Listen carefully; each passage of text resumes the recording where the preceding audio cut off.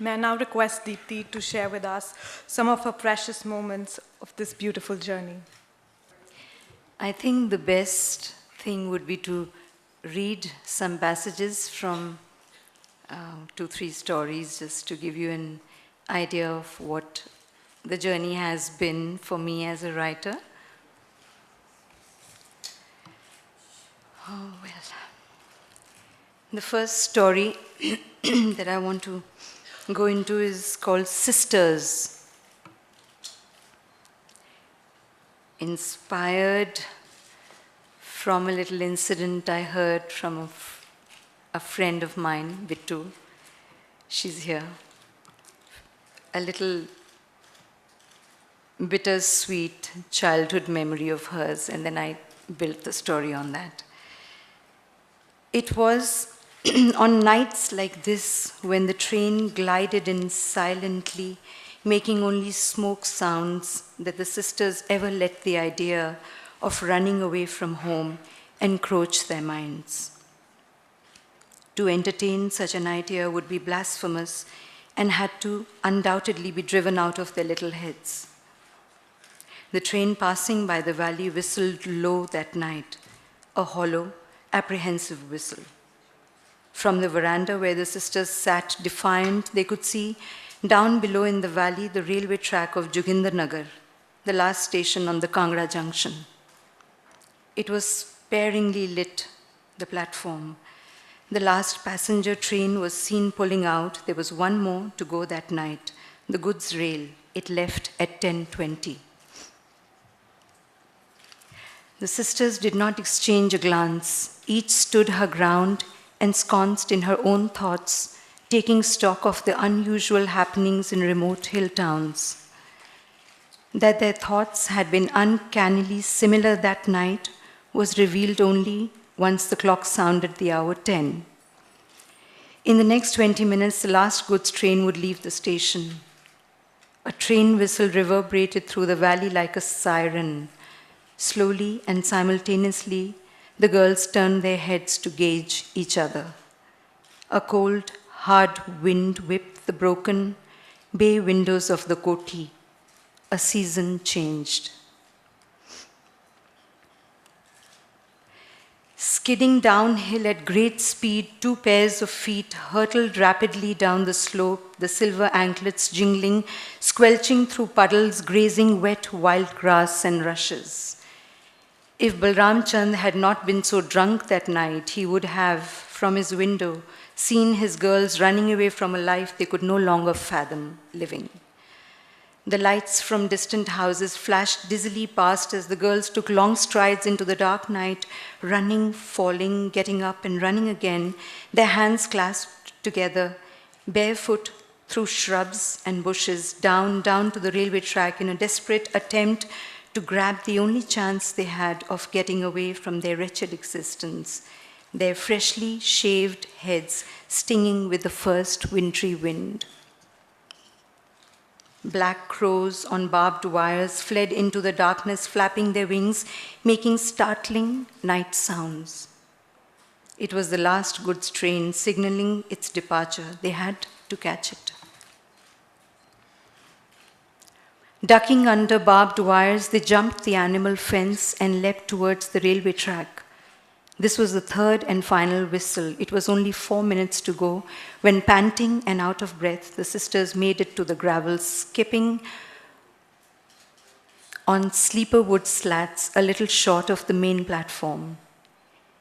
Heavy wheels of steel squeaked on metallic tracks. Bunny shot a desperate glance towards Guinea. Freedom. Freedom was here at last. Just one more leap. Freedom from the drilling night sounds of their parents fighting constantly till the wee hours of the morning. Freedom from having to mother an alcoholic father, forever in a state of inebriation. Freedom from the paranoia of a mother behind closed doors, endlessly washing and re-washing her hands at the sink, an act that was suspected to have driven Bau Balram Chand to the bottle, or whichever way around that may have been. But freedom Standing out there in sweat and cold, the sisters exchanged frightened, urgent glances, then looked all around.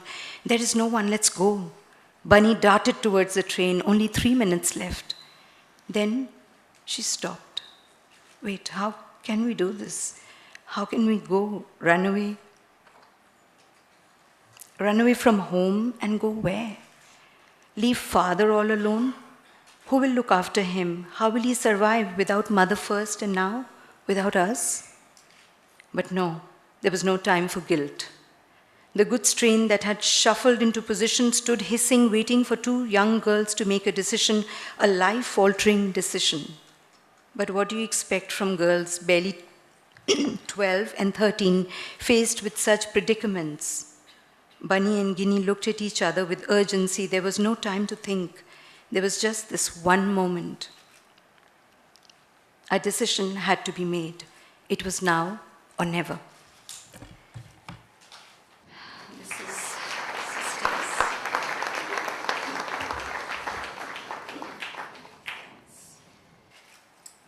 I'll read something from Ruth Mayberry. It's one of the stories.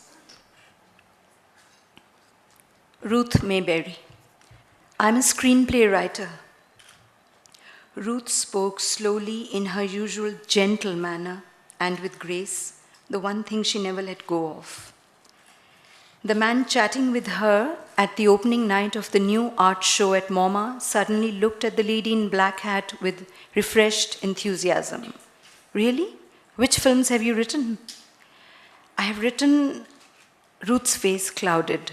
She started searching for words.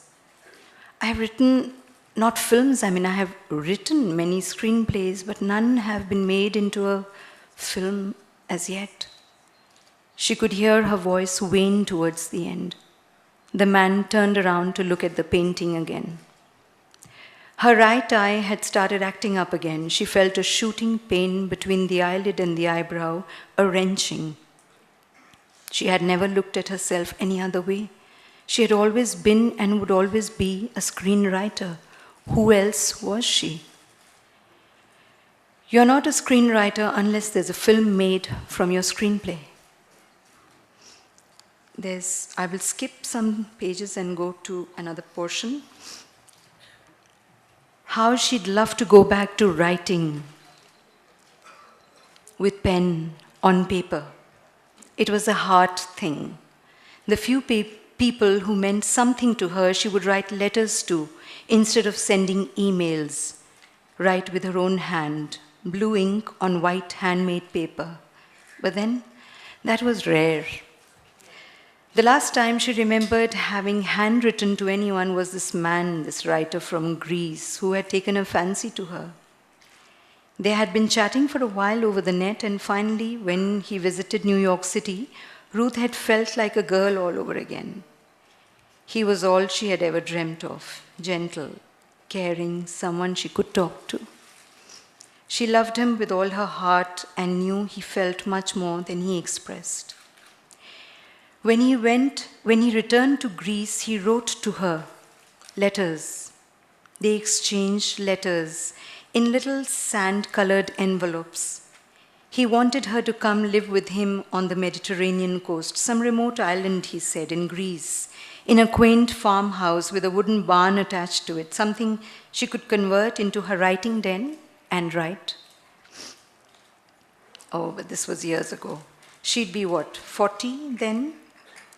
She had at once loved the idea and had gotten busy winding up her life in the city, quite not noticing that the letters had stopped coming and instead had been replaced by brief emails. Abruptly, the emails also stopped appearing in the window of her Mac monitor without explanation, and then there was complete silence on the white screen. Even now, at 50 plus, those images refuse to fade from her memory. Nothing dies. She'd tell her friend Jeffrey over the phone, talking long distance. Relationships live on, Jeff. They never die. They stay with you till the end of your life. Then later there was this younger man at her workplace. this dynamic, young, ebullient charmer who made her laugh a lot. Someone she'd fancied fancying her until the rude shock of reality hit her like a slap on the face. It was her studio he'd been after, a roof over his head, and had wanted to move in with her for free. So she had turned out to be the perfect sucker all over again, hadn't she? Allowing herself to believe that he could ever like her. An old hag was how he'd referred to her in a dismissive tone, gushing over the phone with one of his ex-girlfriends. When Ruth confronted him, alleging that he was using her rather than being with her for love, he'd laughed and vehemently uttered the same words again. An old hag. If there was one thing Ruth Mayberry could not imagine compromising, it was her grace, her dignity. Though life had led her to it, she made it sound like her own conscious decision. She'd rather be without a man. The screening of the Russian film at the Lincoln Center ended late. Then there was this Q&A with the director, which couldn't be missed. Besides, with all those dignitaries present in the audience and Patrick having promised to introduce her to the studio head, Ruth felt she'd let trivialities like being worried about getting late or getting back be dealt with later. Someone pulled Patrick away while the screenwriter stood with a glass of red wine in her hand and a smile on her face, waiting to be introduced to the gentleman from film studio. The big guy, the decision maker, stood in front of her, surrounded by the crowd, charming one and all around him. It's archaic, that stuff. And this Miss Mayberry, since when did you say she's been writing scripts? Looks like for the past 17 years she's been writing the same script. The smile on Ruth's face vanished. Oops. She quickly pasted it back on, as if suddenly someone had caught her naked. But with a name like that, I sure would like to meet her. Sounds more like a character I could put in my period psychological thriller. People around laughed. The world was a nasty place to be in. Ruth Mayberry turned slowly around on her bad foot and looked for support. Someone rushing towards the washroom had left the swing door open, letting the draft right in. Right in, so it chilled her bones. She shuddered. Slowly lifting her right hand and fixing her hat was the obvious gesture that came to her mind as a sort of rescue, as if her mere standing in the room could be a thing questionable. While slowly walking out of the hall where people jostled to get closer to the director and the producers, she tripped a little on her heel. Then moving towards the exit, she quietly placed the glass back on the table, collected her coat and umbrella before stepping out through the rotating door and walked out onto the street. That was Ruth Mayberry. Thank you. And I think another page from the MAD Tibetan.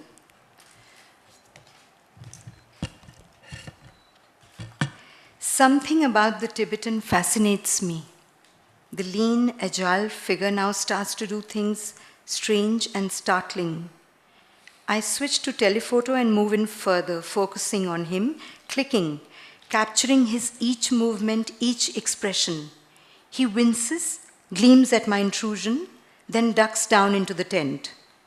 I skirt around him, trying to peek inside, but see nothing. Suddenly he springs up, grinning. I shriek.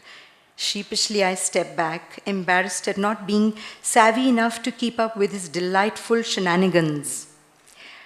A little game starts to play between the Tibetan and me. He's performing, peacock-like, strutting about, showing off all his colors, the flashing of his dark, narrow eyes, his bewitching smile. Each monkey shine of his I'm supposed to be alert to and capture with my lens. Freeze the moment with quick flashes. Smile, click, duck, click, frown, click, eye shine, click, hide, click. Oops, both giggling. This man is a performer, an actor, perfect subject for a photographer. His face is a burnt bark brown, squalid, wrinkled, the skin of old yaks. His eyes have the look of one who has lived many lives. Is he young? Is he old? I cannot tell. Suddenly it begins to snow. Damn, hurriedly I tuck the camera under my muffler. Little gossamers of white slowly start to fill the landscape, turning it to a bluish grey.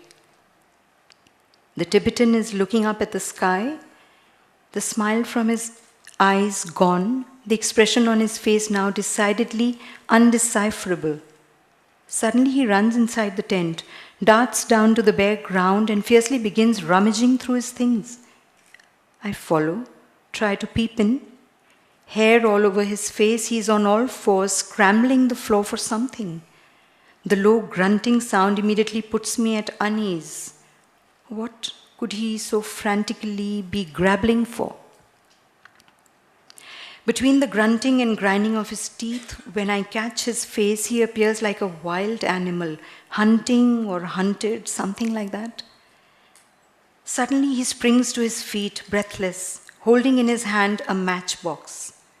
His eyes are wild, he grins. A matchbox?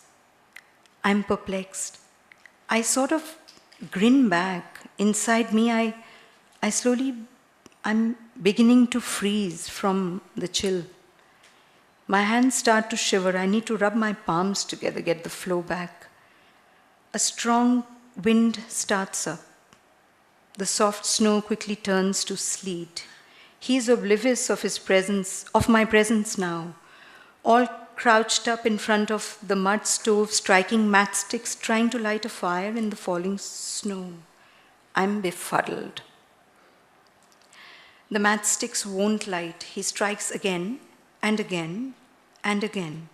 Ferocious as a tiger, growling fiercely, the white snowflakes falling around him, filling the roofless tent, turning it white on the inside.